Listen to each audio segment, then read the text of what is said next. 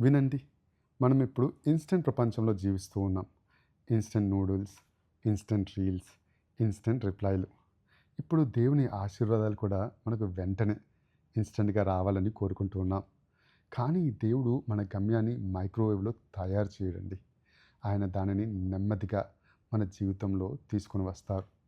ప్రసంగిలో ఇలా రాసి ఉంది, ప్రతి దానిని తన సమయానుకూలంగా అందంగా చేసెను అని. నీ సమయంలో కాదు, ఆయన సమయంలో. అయితే దావీదు రాజు అభిషేకింపబడ్డాడు, కానీ కిరీటం ధరించడానికి ఎన్నో సంవత్సరాలు ఎదురు చూడవలసి వచ్చింది.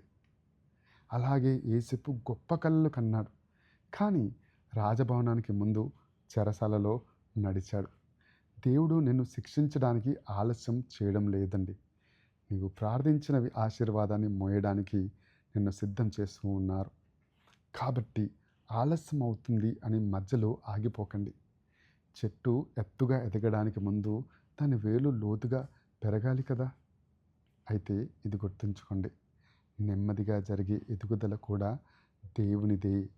విశ్వాసంతో చేసిన నిరీక్షణ ఎప్పటికీ కూడా వృధా కాదండి. దేవుడు మిమ్మల్ని దీవించుగాక. ఆమేన్.